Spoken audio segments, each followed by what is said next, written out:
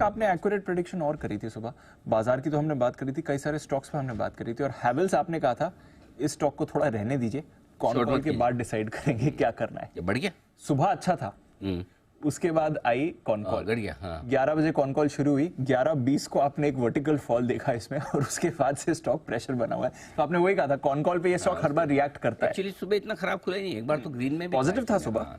वही मतलब कई बार क्या होता है स्टॉक्स में आपको मैनेजमेंट को सुनना जरूरी है, इसलिए हम अब रिजल्ट के बाद होता क्या है कि सुबह 8 बजे या 9 बजे हम कुछ भी बताते हैं और उसके बाद दिन में कॉन कॉल होती है, फिर कई बार घूम जाता है। इसलिए आजकल मैंने ये कोशिश की बताने की कि जहाँ जहाँ आपको कॉन कॉल में नज़र रखनी, जहाँ नहीं रखने की ज़रूरत है तब वहाँ तो ठीक है।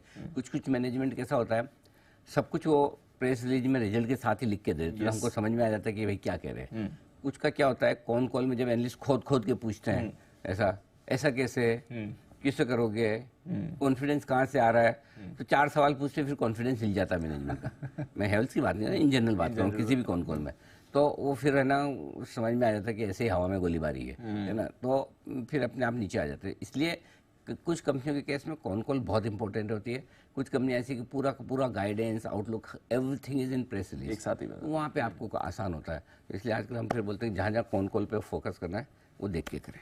बिल्कुल, और फोकस करा है कॉन कॉल पर नुपुर ने, और क्यों गिरा है स्टॉक, क्या कहा है कॉन कॉल में मैनेजमेंट ने, आइए समझते भी हैं नुपुर के साथ। नुपुर, गिरा है स्टॉक, बताइए क्या कुछ हुआ है कॉन कॉल में।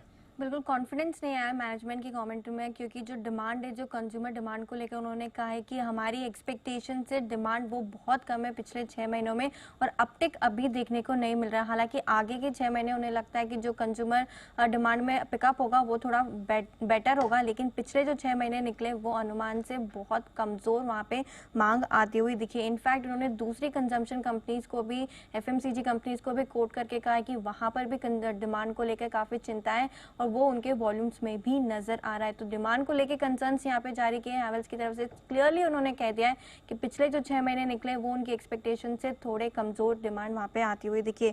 एक और बात वहाँ से सामने आई है, जो उनका केबल का सेगमेंट है वहाँ पे जो कैपेसिटी की कंस्ट्रेंट है, जो कैपेसिटी कम है, उसके चलते भी इस बार क्वार्टरली रिजल्ट्स में इम्पैक्ट दिखा था। हालांकि 25% से वो एक्सपेंशन भी कर रही, लेकिन उसमें समय लगेगा, उसको लेकर वो पॉजिटिव है कि आगे चलकर यहाँ से ऑब्वियसली ग्रोथ और मार्जिन दोनों एक्सपैंड होंगे, लेकिन अभी कैपेसिटी कंस्ट्रेंट की वजह से भी असर दिखा है। तो डिमांड कमजोर है, कैपेसिटी कंस्ट्रेंट दिखा है, इसलिए थोड़ा इम्पैक्ट दिखा है, और इसी के चलते इतना बिग कट हमने स्टॉक में आज देखा है।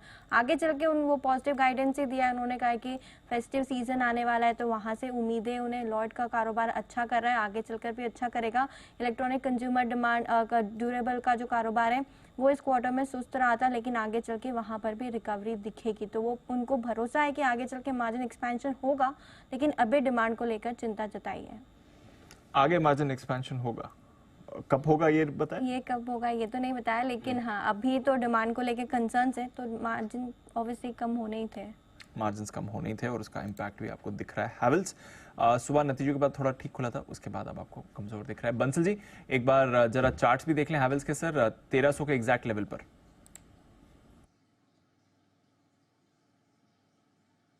जी दिवांशु, 1300 के एग्जैक्ट लेवल पर है, और काफी वोलेटिलिटी रहे हैं। अगर आप देखें तो आज का हाई 1375 का है, लो 1290 के अराउंड का है, और टेक्निकली चार्ट तो डिस्टॉर्टेड है, और नीचे में एक अहम सपोर्ट आता है 1270 के अराउंड। 1270 का नीचे में एक सपोर्ट है, और रेजिस्टेंस देखें तो 1338 का एक रेजिस्टेंस है। ट्रेडिंग के नजरिए से शॉर्ट टर्म चार्ट पे ऐसा कुछ नहीं दिख रहा है कि अभी कुछ करें, तो जो फंस गए हैं वो तो उछाल पे निकलने की कोशिश करें। फंस गए हैं तो फिर उछाल में निकलने की कोशिश करिए। हैवेल्स इस समय सिचुएशन थोड़ी खराब है नंबर्स के बाद कंपनी की।